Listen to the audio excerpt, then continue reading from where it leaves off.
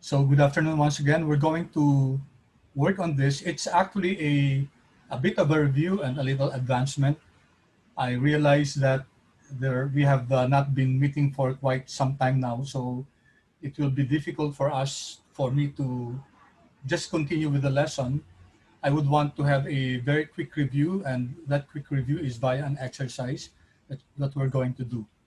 Okay, so the file that I gave you has four worksheets. One, so we'll do first a very quick review of simple linear regression, and then the continuation, and then we're going into multiple linear regression. Okay, so let's start with this, guys. The objective is to have a quick review of how we compute for the parameters for your simple linear regression. Remember, for a simple linear regression, we're trying to describe the relationship between two variables. One variable is your... Sir, we see your canvas po na screen. Oh, sorry. Thank you. Okay, can you see it now? Yes po. Okay, thank you. So there are four worksheets here, four workbooks. We're going to work on them. This is also by way of review na lang din. At saka, because I posted some videos last time on the measures of on the some of the squares, but I wasn't really able to explain it to you because it was more of an asynchronous session. I'd like to take this opportunity to review that. I hope you have seen the video, but in this time we're going to redo it. Okay, and then our first quiz will be next week because Wednesday we haven't had our quiz yet, so we will be working on. We will have our quiz by Wednesday. On Monday, definitely, we'll be able to complete all of this as a way of review of simple and multiple regression using Excel. And then after that, we go to using R. All right, so we have here two variables, okay, education. So this is the number of years spent in education. And then this is hourly wage in dollars. Okay, this was taken from, did I write, yeah, sorry, I wasn't able to write the source of this data. Okay, so we said that in regression, we'd like to establish the relationship between two variables. We'd like to describe it. So we have one variable being the explanatory variable or independent variable, and the other variable is your predicted, explanatory and response variable, okay? Response variable, and our response variable is our independent variable. Okay, so here we have two variables, education, number of years of education, and hourly wage. And we'd like to see how hourly wage, these are in dollars, is related to education. So we know that the first thing to do is to plot. So let's create a plot of these two variables. Okay, wait, why is that here? Okay, I already plotted this. I'm sorry, I was looking at the wrong column. So let's quickly just delete this, guys, and let's quickly plot. Let's highlight the two variables, and then you know this, guys. So insert, and then scatter plot. We use a scatter plot there. Okay. So this is our scatter plot. So let's put here some labels. Okay, so design, add chart element. Let's add axis titles. Primary horizontal will be our hourly, so is equal to education. Okay, let's also add another axis title, vertical. Going to the taskbar, is equal to hourly wage. Okay. So we have labels for our axis, education. For this one, let's replace this with maybe a better descriptive title. Okay, there. All right. So is there a relationship between education and hourly wage? Let me remove the vertical and horizontal lines. Okay, so there are different ways by which we can answer this. Okay, we can answer it using a graphical approach, and there seems to be a trend, an upward trend, but it's not that apparent. So let's insert a trend line, add trend line. Okay, then remember this. Let's use a linear trend. Display equation on chart and display R squared value on chart. Okay, enter. So we have this. Okay, let's just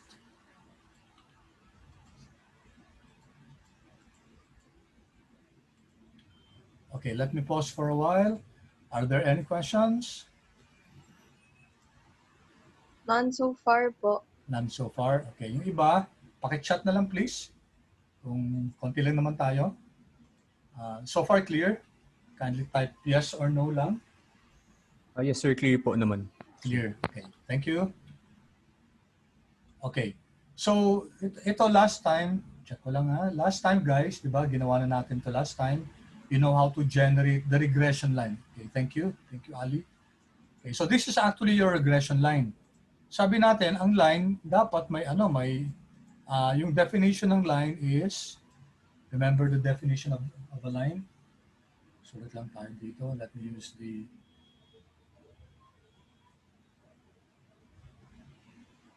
sabi natin, y is equal to your intercept plus your slope, b1 times x. Okay, our y is our dependent variable, our response variable, okay, hourly wage. Our x is our independent variable or explanatory variable, okay. So this is the equation. So that's y, which is your hourly wage, is equal to 0.5414. So this is your slope, this is your b1, and this is your intercept. Okay, so if we have that equation, guys, then you're able to establish your regression line. That's your regression line. Or we said that that's the line of best fit. That's the line of best fit. Okay? And given two data sets, there can only be one line of best fit. And what did you recall was the method used in order to determine this line of best fit? What was the method used? It's the ordinary least squares, diba? Ordinary least is spelled as L-E-A-S-T, least, and squares. Okay, and how do we do that? Dapat guys, yung mga residuals, okay, yung distance between the actual and your regression line, okay, for each of all those points here, okay, if we square that, so we square, kunyari 3 to, so that's 3 squared. So this represents your 3 squared, no, or your 9. So each of those should be done for all the points. And then we sum that up. Dapat yung sum na yan, yung square deviation should be minimum. Ibig sabihin, if it was another line, kunyari pag ganyan yung line na yan, it will have a higher sum of the squares of your error terms. Itong line na to, this one, which is this one, this equation, is your line of best fit. And that line gives us the smallest square deviations. Okay? When I say square deviations, yung difference ng actual data point to your regression line. Tapos naka-square. Wala nang ibang line, guys, na mas maliit pa yung sum ng square deviations aside from this line. Yan ang pinakamaliit, no? Okay, so last time we also said, how do we answer this? Yung relationship between two variables. There are two ways we can answer that quantitatively. We can answer that using covariance or correlation. Okay. Sabi natin, a better measure is correlation. Both of them actually answer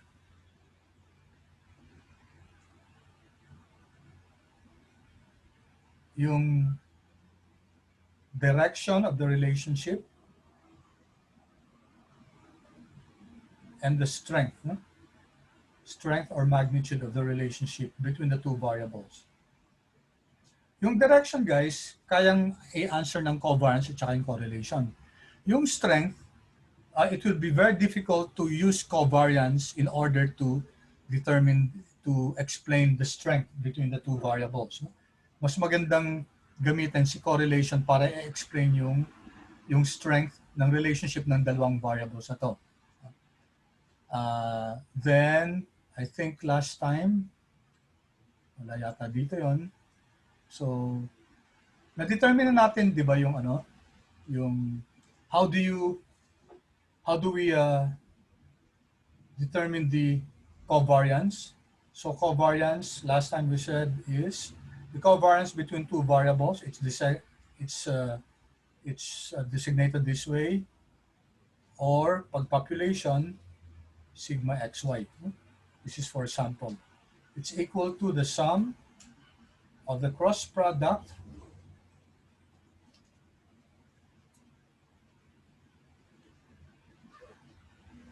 okay, divided by n minus 1. Okay, so ito yan, no? Ito. So the cross product of the deviations between the data and the average. So all the x's minus x average multiplied by all the y's minus the y average, sum up natin yan, na divide by 1, then n minus 1, you have your covariance. Now, mahirap explain yung covariance as a value. We're sure that it will give us the direction. Kung positive to, then ibig sabihin positively correlated yung dalawang variables mo. Now, another measure is your correlation. Now, si correlation related siya kay covariance. In fact, you can compute for the correlation based on the covariance because it's simply equal to the same, no? Just get the cross products of their deviations from the mean over n minus 1, okay? But you divide it by, we standardize it. We divide it by the standard deviation of x multiplied by the standard deviation of y. Okay, so this just gives us Sxy over Sx times Sy. Now, what's good about the correlation is that it's a value that ranges from -1,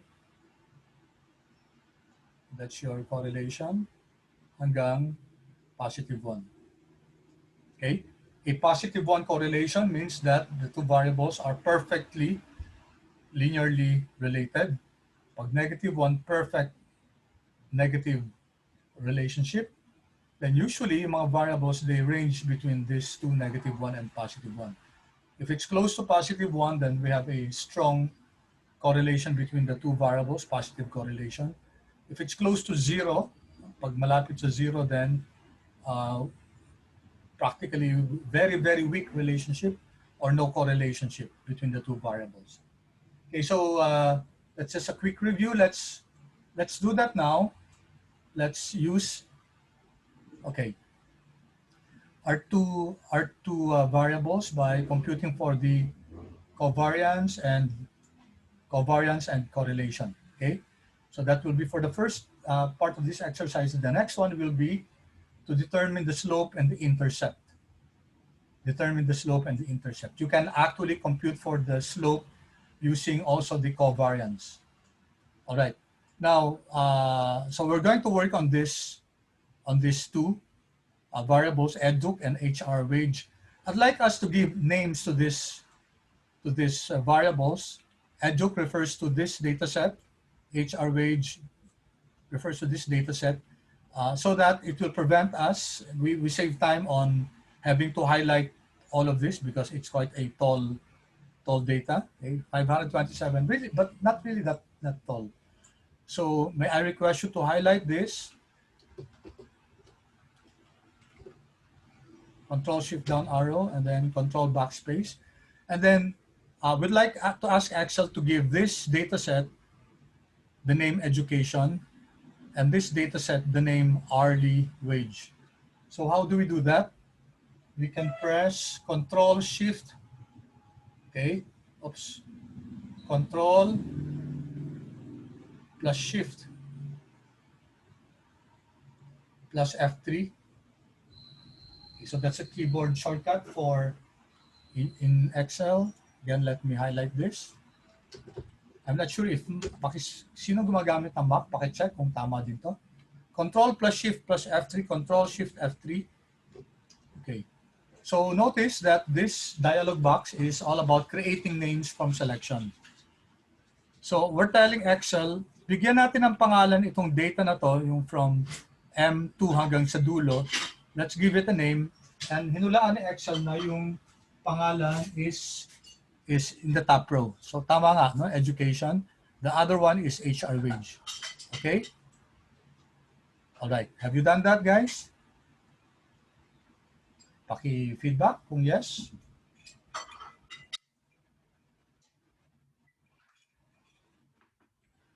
Feedback, please. Okay na ba? Any questions? Sir, pwede pakiulit, sorry. Okay, highlight nyo ha. Highlight nyo. Yan, highlight. Control Shift down arrow and then Control backspace to go back. And then press Control Shift F3. Control Shift F3. And you'll be, this dialog box appears. Sabi, create names from selection. So Excel guesses that the names are on the top row. So ang sinasabi natin dito, yung range of data na to, yung from 11 hanggang dulo sa baba, tawagin natin siyang education para madali tayong pag-formula. No? Ito naman sa kabila, hourly wage, HR wage. So click OK. Okay guys, nakasunod? Okay na po, sir. Thank you. Alright, then check natin kung nabigay na nga ng pangalan. Ano? Tingnan nyo to guys, dito sa name box dito, sa upper right, may lumabas na education at saka hourly wage. Dati wala yan. If I click education here, i-highlight niya kung ano yung education yun. Hanggang dun sa baba. Yan. Okay? So sabi ni Excel, okay, yung education na yan, it refers to this range of cells. Ganon din guys si HR wage. Yan. Okay, so far guys? Hello? Okay ba? Yes, sir. Okay po, sir. Okay. Yung iba, okay, so katulad nito guys, ika-count natin ilan ba yung observations dito. Normally gagawin natin is equal to count.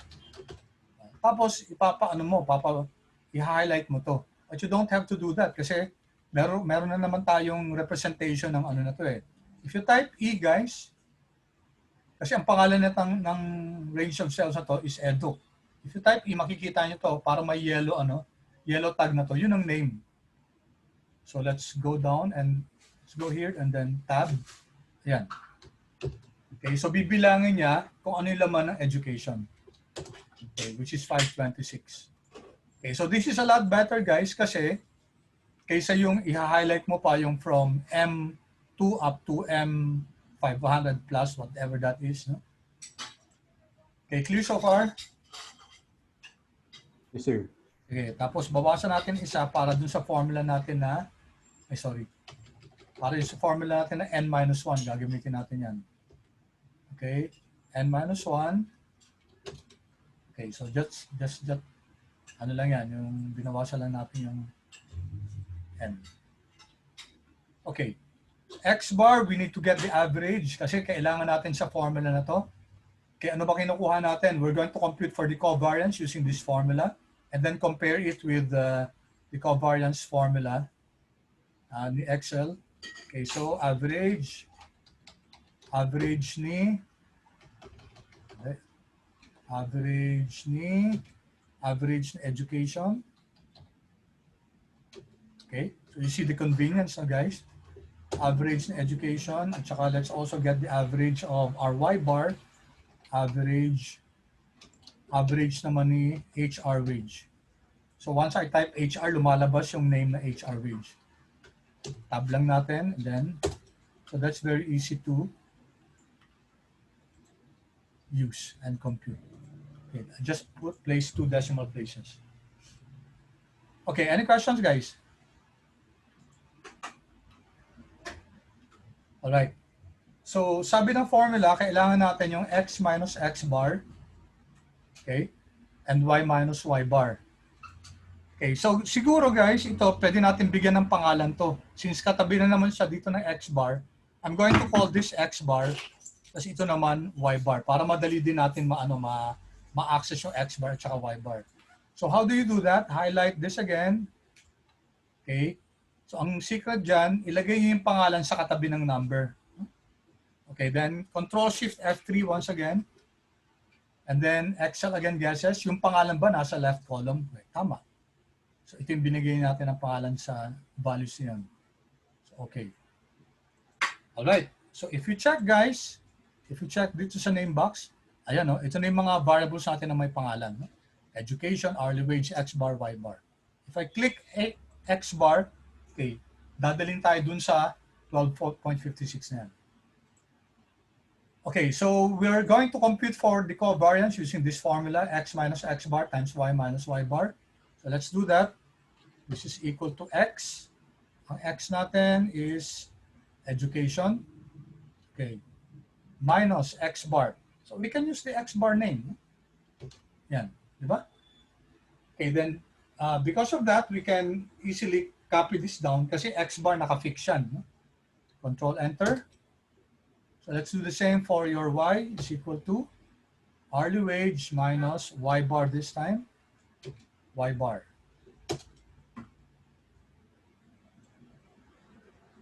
Okay, then we need to get the cross product. No? Kasi ang formula natin, x minus x bar times y minus y bar. So we get their cross product, this one times this one. Okay. Alright, mamaya natin kailangan to, no? So, I can just highlight this 3 and then nakita niyo yung crossbar na yan, crosshair, copy down.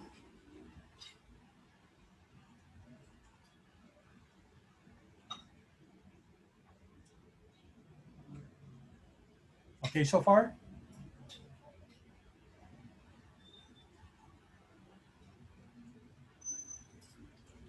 All right. So we're now computing for the sample standard deviation. So ang kailangan natin, yung summation nitong x minus x bar. So asan na yun? Yung cross product nila. Ito yung cross product nila, di ba? Ito. So we're going to add that, yung column Q. Lagyan ko lang dito ng total. We need this.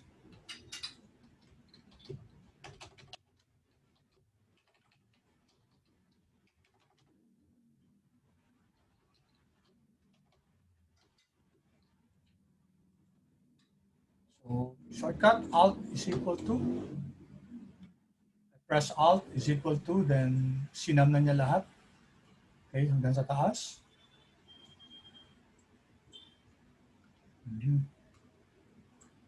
Okay, nawala. Ayan na. Yan, 2179. No? Okay, that's our total.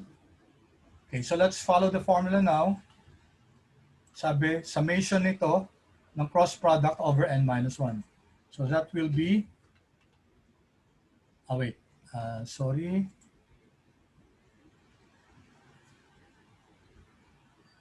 Okay, kailangan natin to for, sige, computerin muna natin guys, ang standard deviation ni x at saka standard deviation ni y. We need that for our correlation. Okay, let's compute that. stdev.s, that's a standard deviation. of X, ano ba yung X natin? Edu, ba? Okay, so that's a standard deviation of education. And then it's equal to stdev dot s, this time of your HR wage.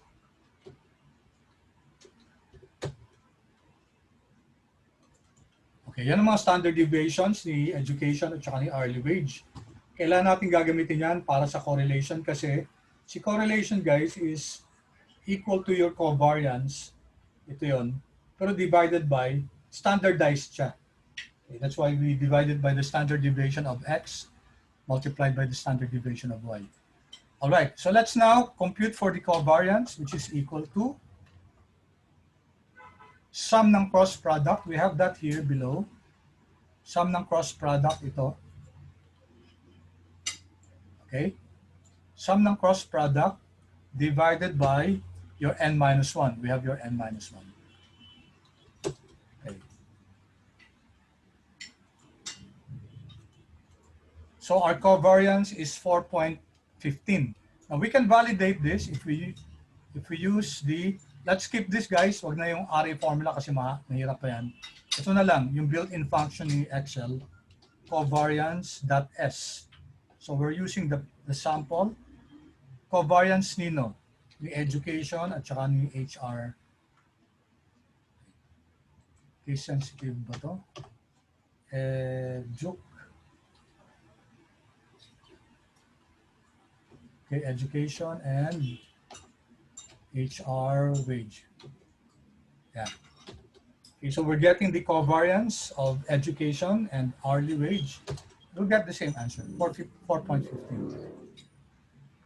Okay, so tama, no? Sir, Yes. sir, can I see the formula for Okay. yung sa Saan, Aki? Sa covariance? Yes. This one? Okay. It's just the sum. Okay. Q528 is yung sum nito. Yan. Sinam natin yung cross product. Ito to. Sorry. Sir, bakit yung sa akin lumalabas 4 lang? Hindi siya 4.15. Pero pareho yung sum natin. Increasean mo Aki ng ng decimal place ito. Sa number, see this, nasa format lang yan. Okay. Thanks, sir. Okay, Sorry. it's okay, good. Thank you, Aki. I appreciate that. Maganda talaga yung honest, no? I really appreciate that. Okay, so any other questions, guys? Okay, so for the other one, okay, diniretso na natin yung covariance na function. So actually, hindi na naman natin kailangan yung yung formula na yan, yung x minus x bar times y minus y bar. Para for more understanding, no? At least alam natin na dun nang galing yung yung covariance na function. Okay, so how do we now interpret 4.15? Sabi ko nga kanina, guys, in terms of magnitude or strength of the relationship, ang hirap i-explain. Ano yung 4.15 na yan? As to the direction, positive, ma-explain natin. But as to the magnitude or the strength of the relationship, no way for us, no? Ano ibig sabihin ng 4.15? We don't know, guys, no? We don't know. We cannot use yung covariance to explain yung magnitude ng relationship or the strength of the relationship. Rather, if we want to establish a better description of the relationship between the two variables, we compute for the correlation, which is related siya to your covariance, diba? Sabi natin si correlation is simply the covariance of x and y divided by the product of your standard deviation of x and the standard deviation of y.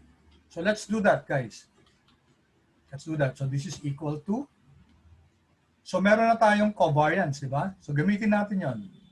Covariance of x and y, okay, divided by the standard deviation of x. Kailangan naka-parenthesis, or we can use the product function. Product of the standard deviation of x and the standard deviation of y. Yan, sige, let me pause for a while.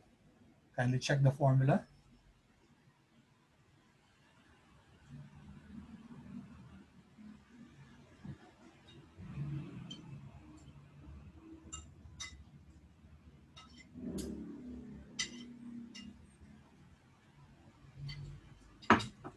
Okay?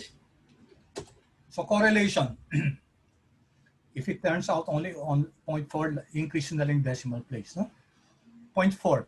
So, ano ibig sabihin ng 0.4? Number one, so positive relationship siya. No? So, we are able to identify the direction of the relationship between the two variables. Positive relationship siya. Second, yung strength. We said that yung correlation, guys, it's a value that ranges from, sabi natin, it's a value that ranges from -1 hanggang +1. Okay? So dito, andito yung 0, no? So pag malapit sa 0 yung correlation, ibig sabihin hindi correlated yung very, very weak or no correlation between the two variables. So simple linear regression, guys, gusto natin na highly correlated yung yung response variable natin at saka explanatory variable natin. Gusto natin na mataas yung relationship nila. Okay? Pag weak, guys, kunyari close to 0, then hindi tayo magiging successful sa pag-establish ng linear regression. In this case, si 0.4 medyo less than sabihin natin na moderately weak or moderately strong yung relationship nila, no? 0.4. It's not very close to 1. Okay, so kasi pag close to 1, that's very strong or strong relationship. Pag andito lang banda, we can say it's moderately weak or moderately strong. Or moderate lang yung relationship nila. Okay? So, continuing, guys, there's another way, kasi nag-formula tayo dito, di ba? To get this, we use this formula. You can actually directly get this from Excel using correlation. Okay, yan, Corel, no? Corel ni Edbook. Okay? Yan ang advantage, guys, ng using ng using named range. Very, very convenient. Hindi na tayo mag-highlight ng range of cells. There. It's perfectly the same. And then there's another one, the Pearson. Pearson kasi siya yung statistician na nag-develop ng measure na yan. Eduk and HR wage. Okay? Get the same answer. Alright, so we computed for the correlation using the formula itself, using the Corel function and the Pearson function. Now, ano objective, guys? Kasi this is in answer to the question, how strong or what's the direction of the relationship between the two variables? We said that there are two ways to answer this, covariance and correlation.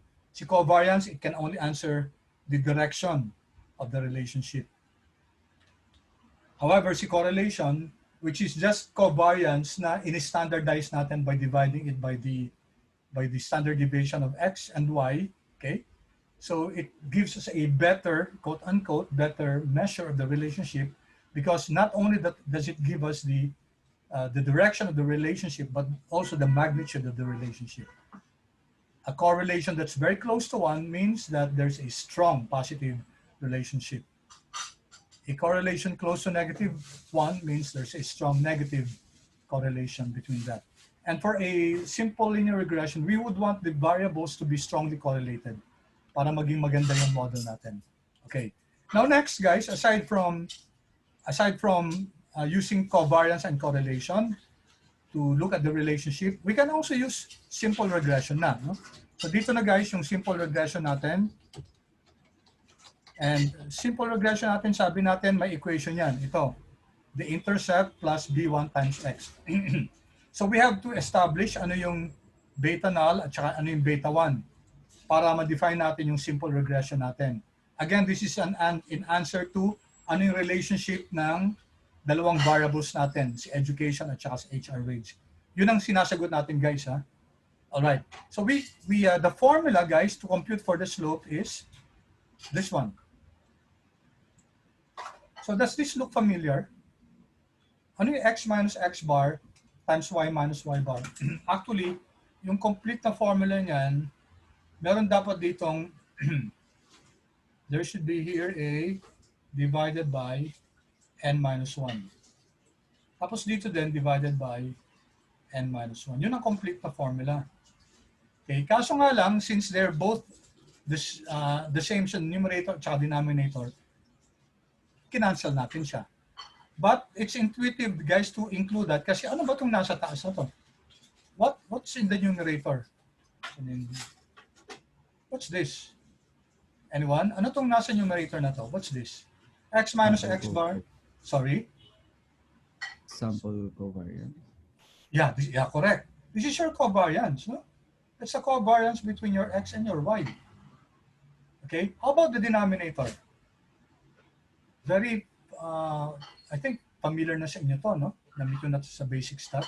What's X minus X bar squared summation divided by N minus 1? That's your variance ni X, no? Diba? You write variance this way. Or, pwede ring SXY. Some prefer writing it this way. SXX. No? Variance of X on X. So, basta dalawang variable sa kalagay dyan. Dito, isa lang, kasi naka-square na to. No? Okay, so you either write it this way or this way. All right, so it's just the covariance of X and Y divided by the variance of X. Okay, variance of X. No? Sige. So, sige, gawin natin to. Kailangan natin, guys, yung denominator. X minus X bar squared. Okay, wala pa tayo niyan. So, ilalagay natin dito yan. No? Here. So, X minus X bar squared. We need to put that here. So, this is equal to, ang X natin is education minus X bar. We can write, again, guys, yung X bar. Diba? So, napaka-convenient, guys, ng using names. And then, we square that. Yan. X sub I refers to an individual point. Okay? And marami tayong X sub I's, no? As many data, 526 all in all. X minus X bar squared. Control Enter. Okay? And we can add maybe 2 decimal places. And then double click. Yan. So that's now your X minus X bar squared. Okay, but we have to add that. So sa ilalim, add natin 4025. Okay, pause muna ako. Any questions?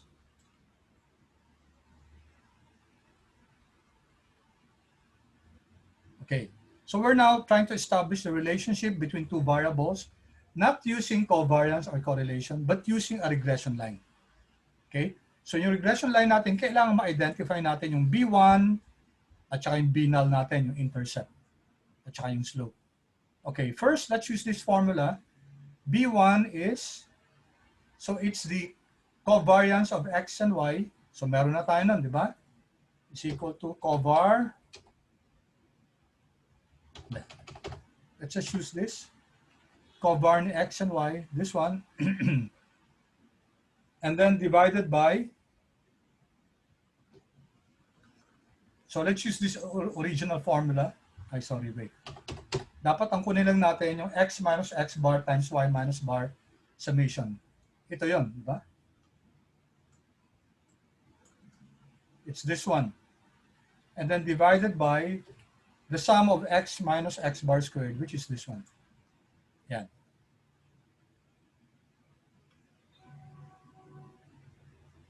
Okay, guys, questions? Ginamit natin ang formula is original formula natin. X minus X bar times Y minus Y bar yung summation nila. Okay, it's actually the summation of this one and then divided by the summation of this one. Okay, control enter. Okay, increase lang natin yung okay, 0.541, is that the same, guys, dun sa slope na na-generate natin dito? 0.541. Okay, so that's 0.541. Pero nawala yung screen. Ay, nawala yung screen, sorry.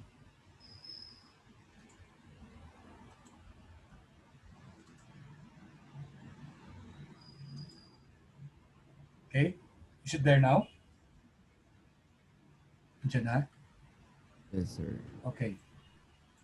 So,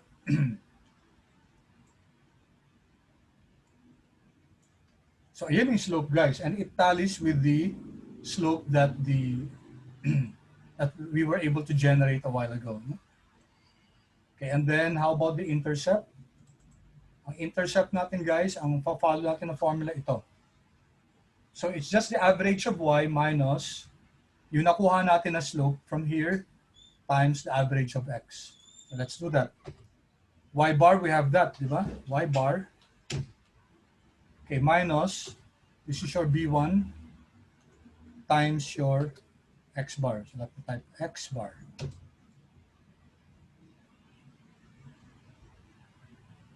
Okay, control enter. All right, so let me 0.905, 0.9049, exactly the same.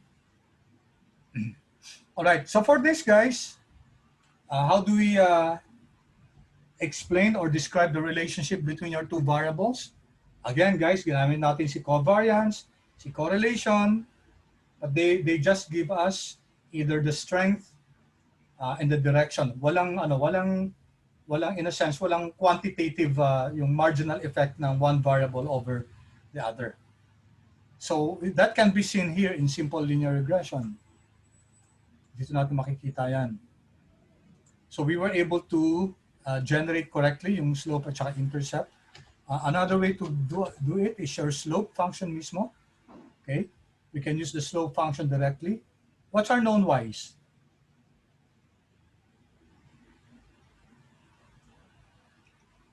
Ano yung known Early y's wage. natin? Ha?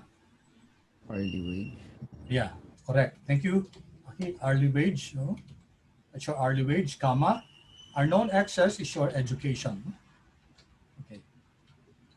Control enter. And increase the size of the decimal.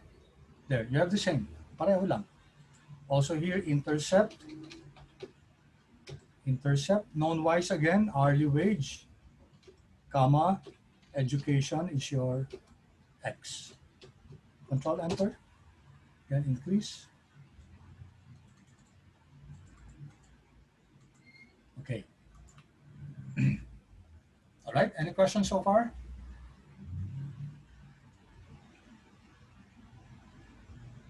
Okay, guys, sana nakakatulong kahit paano tong review na to kasi talaga ang tagal natin na hindi nag-meet. I'm sure you have other concerns. I'm sure hindi nyo naman lagi-lagi pinapanood yung video.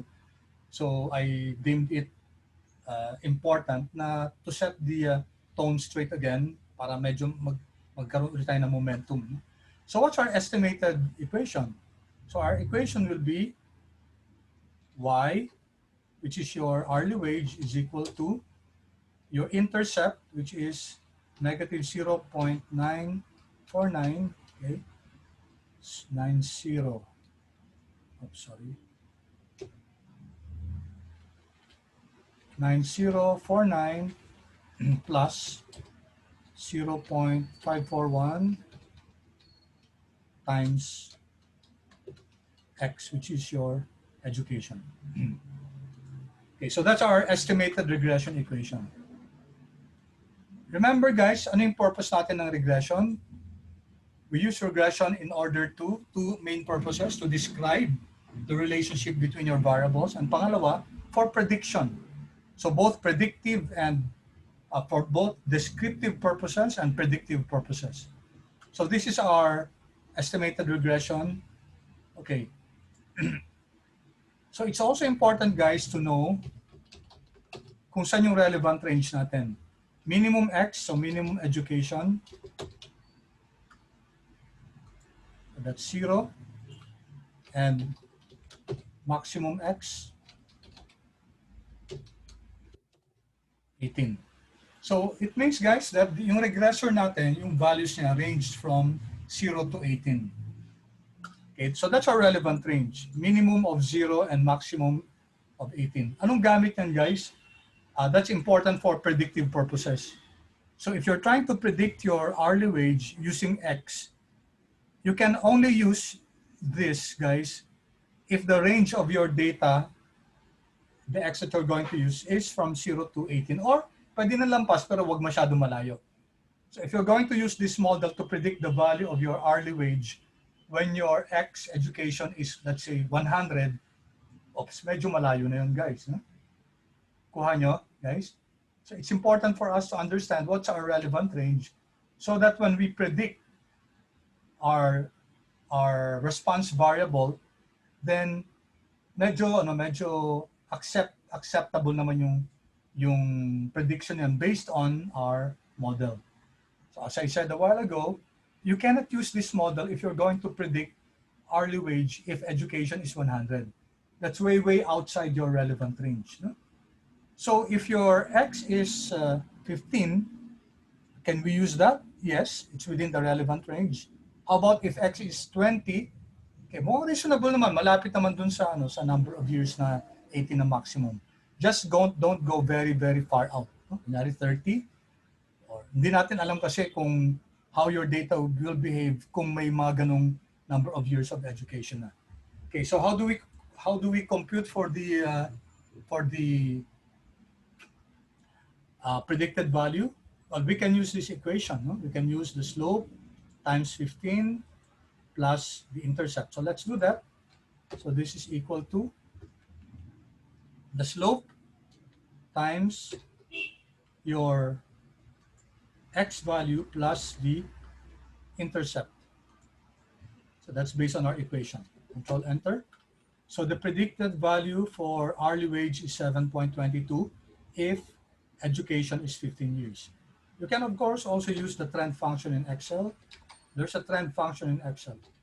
Okay? Okay. Trend. Ano yung known wise natin? Di ba ang known wise natin yung HR wage? HR. Kama. Ano yung known X's natin? Yung education. Diba? Ano yung new X natin? Our new X is 15. So we're asking Excel to forecast yung HR wage natin if education is 16. Okay? Kama. So it's either a choice if we're going to set your intercept to be equal to 1 or we're going to set intercept manually. We want it to be computed manually. So we want true. Normally, not manually. Normally, so that's true. Okay, so exactly the same, guys. Exactly the same forecast. Okay, all right. So we leave this, guys. We go to this one. Okay, we have time to discuss this. Baka hindi na tayo umabot ng multiple regression. Yun ang di-discuss natin sa Monday. Ang importante, guys, medyo na-review natin, no? Kasi ang tagal natin hindi nag-meet. Okay. So how about what now, guys? What now? Okay, let's copy this. Copy nga natin yung graph.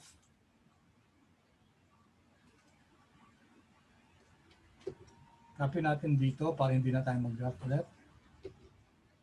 Okay, so this is our plot. Tanggalin ko to, no? I'll remove this. Okay. So, we now go, guys, to the discussion of analyzing the significance of our parameters, of our intercept and our slope. Kasi hindi lang basta-basta tayo magko-compute ng slope at saka intercept and say, tada, tapos na, no? Hindi, kailangan i-validate natin yan kung statistically significant yan. For all we know, nagkaroon lang ng parang by chance lang na naging ang value ni slope is 0.5, no? 0.54. Baka by chance lang 'yon, baka random chance lang 'yon. Baka ang talagang value niyan 0. Kasi guys, kung 0 ang value ng slope, then wala tayong regression line. Sorry, by the way, nakalimutan ko. Ano ibig sabihin nga ng 0.54 na to, guys? What's the meaning of this slope, 0.54? It means for every 1 unit change in your X, there's a corresponding 0.54 units change in your Y. Okay, so that's the marginal change in your response variable, which is your Y, for every 1 unit change in your explanatory variable, which is your X, your independent variable. So yung X natin, education number of years. Yung Y natin, hourly wage, so that's in terms of dollars. So how do we interpret that? Ang interpretation natin yan, for every $1 change, for every 1 year, 1 year, X is your education, 1 year increase in number of years of education, there will be a $0.54 per hour increase in your hourly wage. Okay? Increase siya, positive kasi yung relationship, point plus positive 0.54. So when education increases, hourly wage also increases. And when education decreases, hourly wage also decreases. Corollarily, guys, for every 1 year decrease in education, there's a corresponding 0.54 dollars hourly wage decrease in your hourly wage. Okay? So, nakalimutan ko rin yung R squared. This is your coefficient of determination. It tells us yung variation ng response variable Y, the variation of Y, our dependent variable, of the total variation in Y, 16% lang, 16.48% lang ang kayang i-explain ng explanatory variable natin na si X. So that's what we call our explained variance. The rest, yung 83.50 something, that you call your 83 point something, guys. That's called your unexplained variance. Yun ang hindi kayang i-explain ng regressor natin na si X. Kaya doon tayo pupunta, guys, no? Explain natin further yan. So this leads us to 3 measures. Okay, SST, SSR, and SSE. So that's the sum of the squares total, sum of the squares residual, and sum of the squares, sum of the squares regression, sum of the squares error terms. Okay, so explain ko lang isa-isa, no? What's SST? Total sum of the squares. Ito yung total variation ni Y. Okay, let's suppose, guys, gusto natin ma-model ang minomodel natin si independent variable, okay? Si response variable natin, si HR. If we're not going to use X as to describe Y, anong pwede natin gawin? Well, ang gagamitin lang natin si Y lang. No? Ang gagamitin lang natin si Y, tapos ang magagamit lang natin si average ni Y. Okay, so before I answer that, let's na-compute natin to, no? Count education, or you can count HR, pareho lang naman. Then minus 1 X bar, we have that already, is equal to X bar.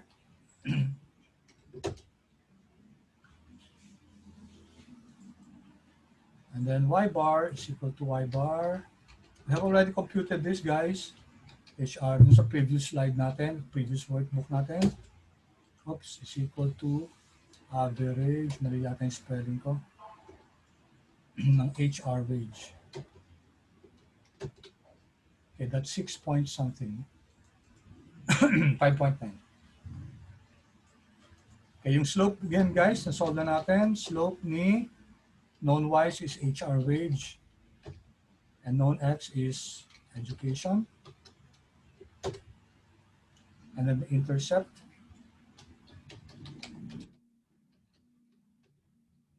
Known Y is HR wage, known X is education.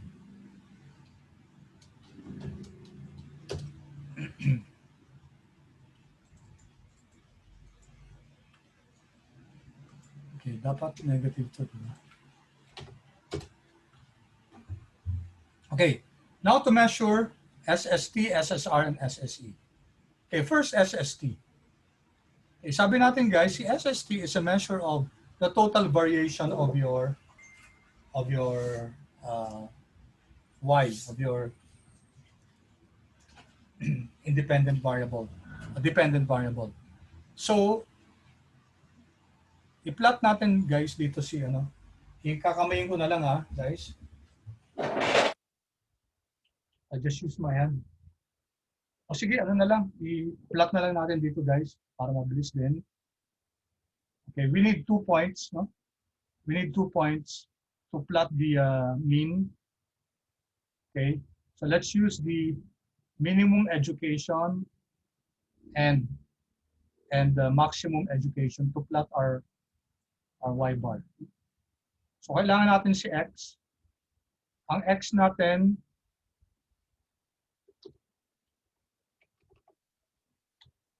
so x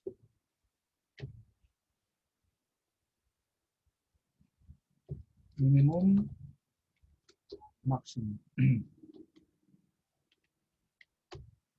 Minimum ng education, 0. Maximum ng education, okay, 0 and 18.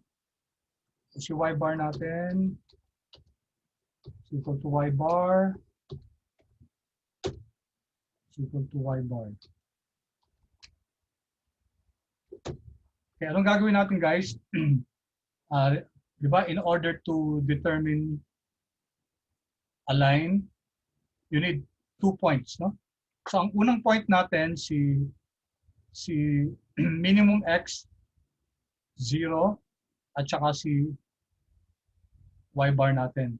Tapos yung pangalawang point dito sa maximum na x ng 18 at saka si, pwede natin increase to. Increase lang natin para lumampas ng konti. Right, so sige, i-plot na natin guys very quickly. Click natin to. And then right click. Select data. So mag-a-add tayo ng 2 points. Okay, so add. Ano yung x values natin? Ito yung x natin. 2 x. Ano yung y natin, guys? Yung y natin, yan. Okay, now we have these 2 points, no? Ito na yung 0, 5.8961. Ito na yung 20, 5.8961. So let's click this one, guys. Click. And then change chart type na lang natin. Change chart type. So ito, si series 2, no? Huwag natin gawing scatter plot, gawin natin sige, scatter plot pero may line. Yan, kita nyo guys. Yan, may line na siya. Alright. Okay. Kailangan ko lang to guys para i-explain ko ano yung SST. No? Okay, sabi natin guys na what if we don't use X as our predictor? So si Y lang gagamitin natin. So ang model natin will simply be Y bar. So ang prediction natin for our Y, predicted value for your Y is just Y bar. Kaso kung titingnan natin kunyari ito guys, ito yung actual Y, no? So medyo hindi siya tama dun sa ano. Hindi siya tumama dun sa Y bar. Ito malayo, no? Ito yung actual kasi yung Y bar ito. What I'm saying is I'm getting the differences between your actual and your Y bar. Yan. So para sa lahat, no? Para sa lahat ng mga points, no? Kukunin natin difference. Now, when you add it, guys, pag in-add natin yan, 0 lang yan. Kaya we don't add it. What we do is we get the squares. So that's the formula, guys. When we get the squares,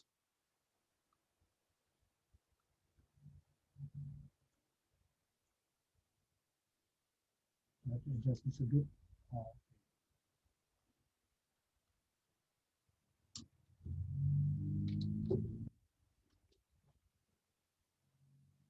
Wala ng konti, guys. Anyway, alam niyo, nakuha niyo naman yung ano. Okay, SST, guys, sum of the squares of your total. So that's summing up your actual y minus the average and then squaring it.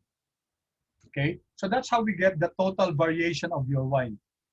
Well, variance yan, diba? It's actually variance, only that we don't divide it by n minus 1.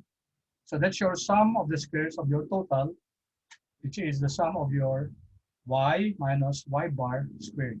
So let's do it here. So gawin natin dito y minus y bar. Ito. No? Y minus y bar squared is equal to our y is this one minus y bar. So that's our y bar, y minus y bar. Kailangan ipasok natin sa parentheses. Squared. Okay. Lagyan natin siguro ng konting decimal place. Okay. So yun ang una. No? That's the first one. We'll compute this all together. Next. So whatever you get here, guys, the sum of this is called SST. So that's your SST, sum of the squares of your total. Okay, next. What did we do? We used X to predict Y. Okay, so yun yung regression line natin ito. So, ano ko nga lang yung design niya. Format.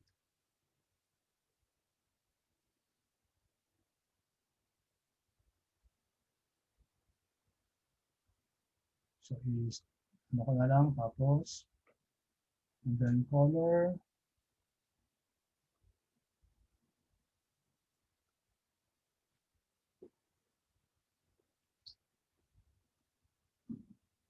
Yeah.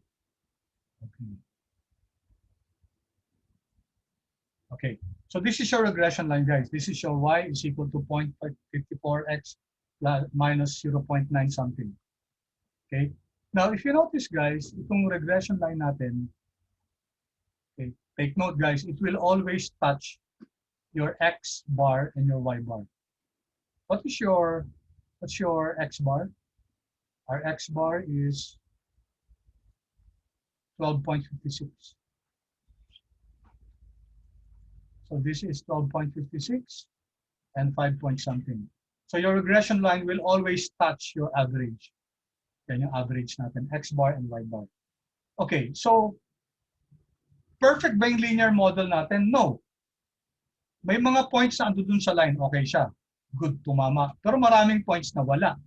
So marami tayong deviations, no? Marami tayong hindi sapul dun sa ano natin, regression line. If we identify that, for example, some points will be above your regression line, some points will be below your regression line. But if you add those deviations or your residuals, it will turn out to be equal to 0.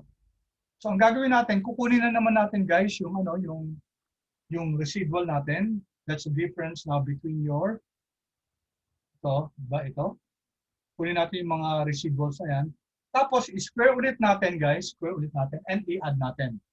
Okay, may tawag ngayon dyan, guys. Ang tawag dyan, sum of the squares of your, wait. We're dealing with sum of the squares of your regression, di ba? So, ang model muna natin yung y bar. Okay, this is our y bar. So, in-improve natin by using this regression line. So, the difference between your y bar and your y hat, your predicted value, yung value sa nasa regression line, that's called, the sum of that, the square of the sum of that is called your SSR, sum of the squares of your regression. Ito yun, guys. So, ito yun. No? This SSR, sum of the squares of your regression, which is your y hat. Ano tong y hat na to? Yan yung mga values, guys, na nasa regression line natin. Yung y hat dyan means your predicted value. So that's y hat minus your y bar. No? Okay, yung difference ng base model natin na average at saka ng y hat natin. Yung difference nila, square natin, that's the improvement. Okay, so that's the contribution of your regression line. Yun yung kayang i-explain ng regression line dun sa ano natin, sa variability ng independent variable. Lastly, guys, si SSE, ito na ngayon yung difference ng mga data points na wala dun sa regression line natin. So that's the sum of the squares due to errors or your residuals. Ito na yung, so that's y sub I, yung actual minus yung y hat natin. Squared. Isa sum up natin. That's now your SSE. Okay? So importante guys yung SST, SSR, and SSE. Very important yan to better appreciate regression. Okay, so let's now, okay, I hope clear guys, sana yung SSE, yun yung deviation na, yun yung hindi tumama, yun ang error natin. Yun ang hindi tumama dun sa regression line natin. Okay? And then you get the difference and then square that, you get the total of that, you get SSE. Okay, so let's use the formula. Gamitin natin tong formulas para ma-compute yan and then tingnan natin, compare natin guys. Okay, first, okay, so we need to have the predicted value. Saan natin kailangan yung predicted value guys for your SS? Kailangan natin dito yan para sa SSR at saka SSE. Okay? Kailangan natin predicted value and subtract natin kay y bar para makuha natin sa SSR. Kailangan natin sa predicted value and subtract natin kay actual, squared natin to get the sum of the squares due to errors. No? Alright, so predicted value, you can use our slope and intercept. Gamitin na lang natin guys si, again yung kanina, di ba, si trend. You can get the predicted value. Known-wise natin, si HR wage. Okay, comma. Known excess, si eduk. Comma. What's our known new X? Our new X is education. Isahin yan. Comma. Sabi natin, gusto natin calculated si intercept normally. So true. There. Okay. So that's how we compute for R. Wala na tayong i-fix dyan. Yan ang advantage ng named range. No? You don't need to fix this. Control Enter. Bigyan natin ng 2 decimal places. So our residual will be, ano yung residual natin? Yung difference ng predicted minus the actual. Yan. So that's our residual. Bigyan natin ng konting decimal. Okay, then how about this? Y hat minus Y bar. Ito na yung, okay, let me add. Ito na guys yung, diba? Ito na yung para sa ano? Y sub I minus Y bar. Yung actual natin minus the Y bar. This is for your S, SS, SST, diba? Total. How about this? Y hat minus Y bar. Predicted minus the Y bar. This is your S, S, regression. Okay, this one is your S, S, E, error. Residual, actual minus our predicted value. Okay.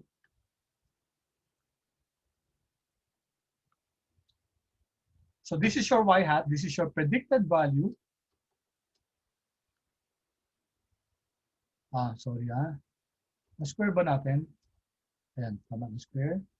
So this is equal to predict Y hat, predicted value minus our Y bar. Just type it. Y bar. And then square natin. Okay, kahit dalawang decimal place lang para. Okay. And then this one is your SSE, yung error term natin, actual minus the predicted.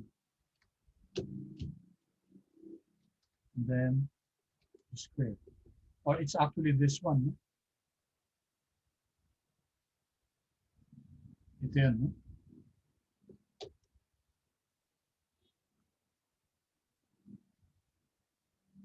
Okay. So, pwede natin highlight to. And then, double click. Nagko-compute si ano. Oops. Wait. Makapit to, sorry.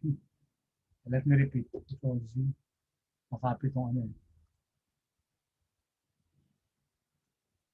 Alright. Kasi naka-trend function to. Sige, pwede yun. Yan. Okay? Okay, so let's now do this. Okay. Para mas mabilis natin, guys. Wala namang items dito. Let's hide this. Hide ko lang siya. I'm going to hide it from, para mas mabilis natin makita. I'm going to hide it from 31. Highlight ko siya, 31 hanggang second to the last. This one. 31 hanggang 525, guys. Hide natin. Hide. Hide. Right click, hide. Okay, there. Para mas madali natin ma-manage ito. Okay, so this is SST, guys. Si column E, sum of the squares total yan. We need to add that kasi yung formula natin, summation yan. No? So totals. So dito, alt equal to, yan, sum yan. And then just copy to the right.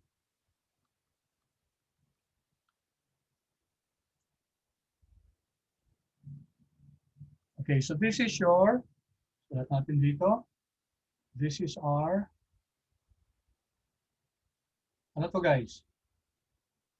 Ano to? This is your y sub I minus y bar. Diba? Squared natin yan. That's your S, S, T. Okay, next. What's this? This is yung predicted value natin minus the average squared. So this is your SSR. Ito yung improvement from the base, yung X, Y bar, ginawa nating Y predicted. And lastly, ito yung actual data points minus your predicted value squared. Okay, ito hindi na-capture ng natin, ng regression line. This is your SSE. Some of the squares of your error terms. Okay, questions so far, guys? By the way, guys, may summation yan. Summation lahat lang. Summation lahat lang. Okay. All right. Now we can now compute for your SSR, SST, and SST. Okay. So dito, guys, what's your SST? Link na natin dito. SST is this one. Then SSR is this one. And your SSE is this one. Okay. Taking a look at this one, guys, at the totals. So sabi natin, ito yung total variability ni Y. Okay. Ito sum of the squares of regression. Ito yung first proportion ng variability ng response variable natin ni Y na kayang i-explain ni X. So out of 7,100, ang kayang explain lang ng explanatory variable natin education is 1.17, 1.18. So medyo maliit siya. No? Ang hindi kayang explain, 5.98. Mas malaki yung hindi kayang explain kaysa yung kayang explain. Yan ang ibig sabihin lang yan, guys. No?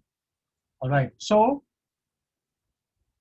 you can actually establish a relationship between this.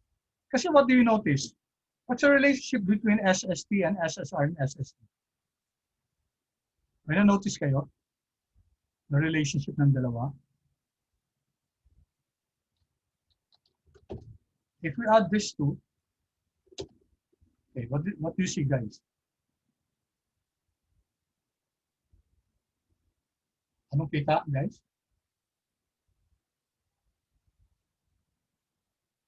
What do you see? Hello?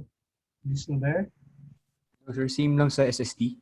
Oo. Kasi SST, guys, is equal to your SSR plus your SST. Yun ang relationship na yan.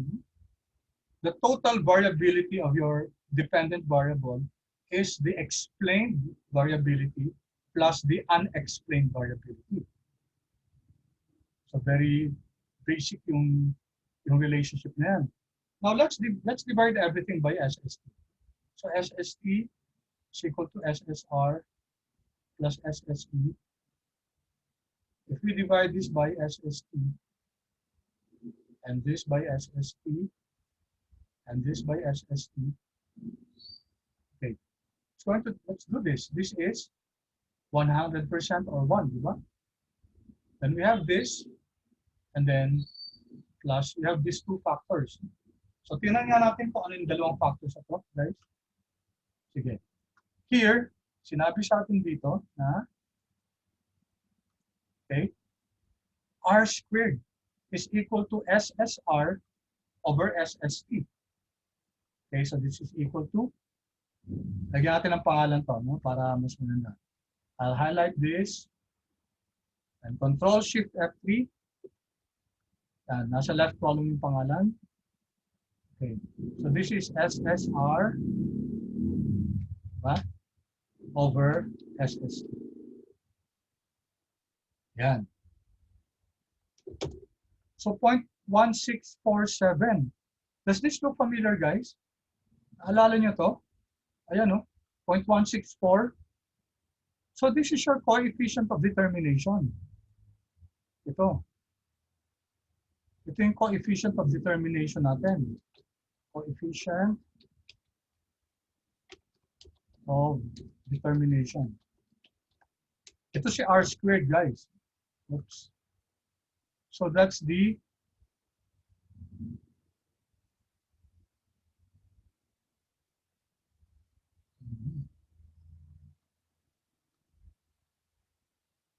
hindi na kasi pumasya. Okay. Coefficient of determination. This is the proportion of the variability of your y that can be explained by your x. So 16.4%. No?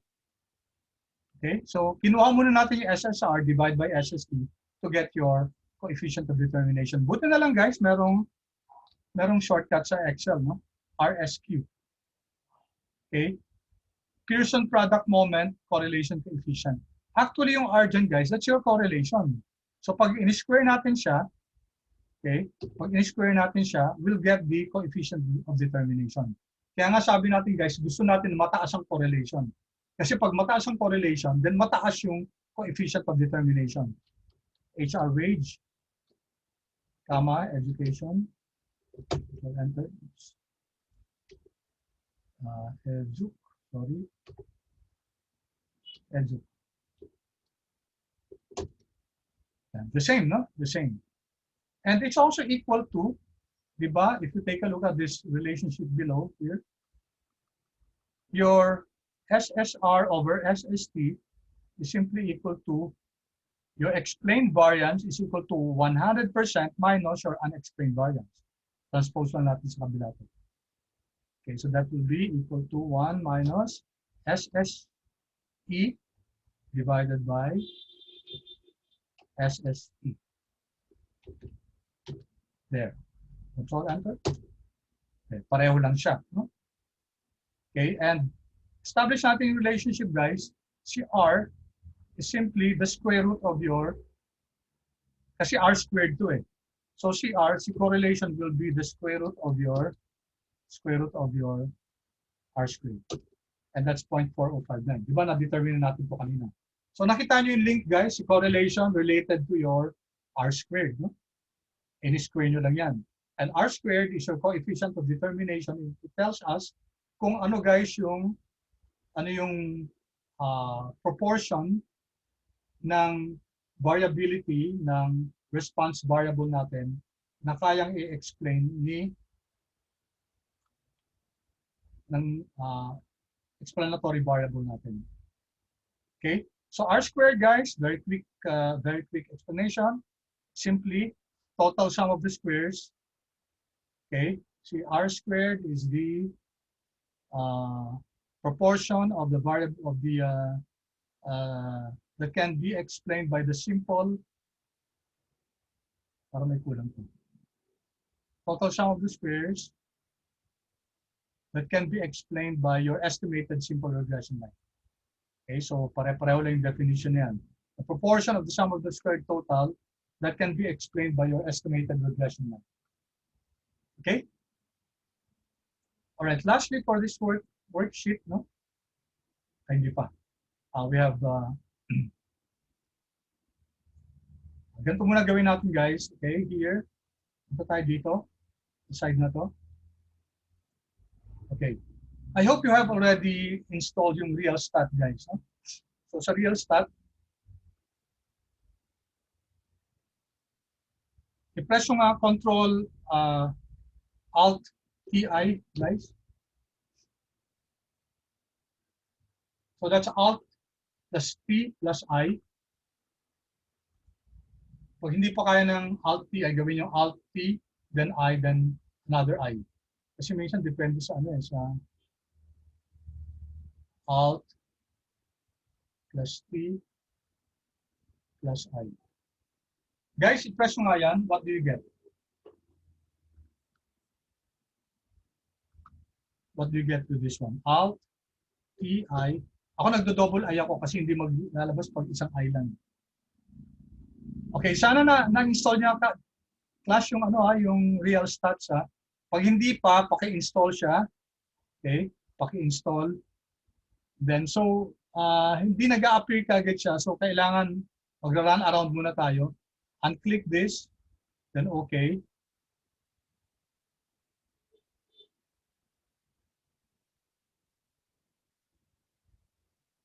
And then again, Alt TI, then i-reinstall natin. May bug dito sa add-in na yan eh. Hindi lagi lumalabas kagad. Okay? Alright, now that we have installed it,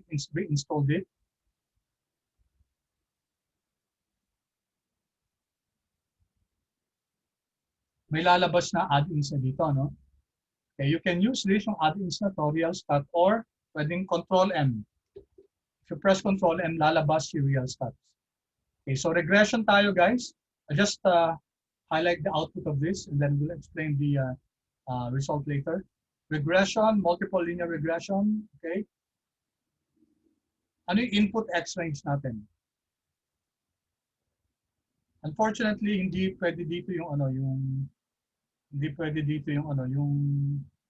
yung range, named range, no? So dapat i-highlight natin si X to, di ba? X is education.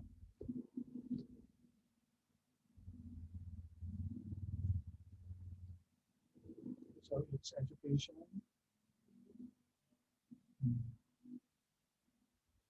Ayun, bumaba. Okay, so that's education. Ito lang na-hide natin, di ba? And then for your Y range, it's your HR range. Yes. Sorry. Column headings kasama. Include constant terms. So ito na lang muna guys, no? Kahit ito na lang muna. Then, tapos na natin ipapa-generate Y2 as in the end. Y2. Okay, Y2 natin ipalagay. Then, okay. All right. So now we have our output.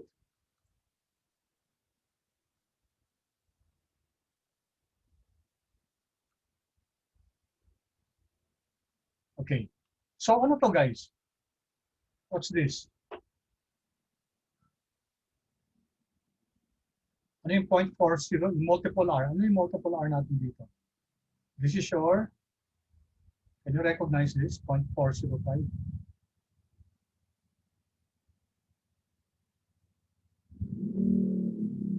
Guys, this is your R. No? It's a correlation between X and Y. Ano to? R squared. So this is your R squared. No? And then you have your adjusted R squared. Okay, adjusted. And then you have your standard error. Okay. All right, so we stop there muna, guys. We'll go back to this next meeting. Okay, for next meeting, tapusin natin to, i-discuss natin to. Dapat, guys, maintindihan natin lahat ng nakalagay dito. And then we go to multiple linear regression.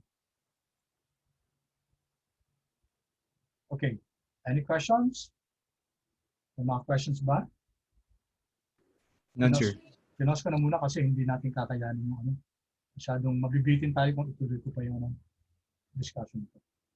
Alright, so I'll see you guys on, I'll post this video. Then, I don't know kung time permits.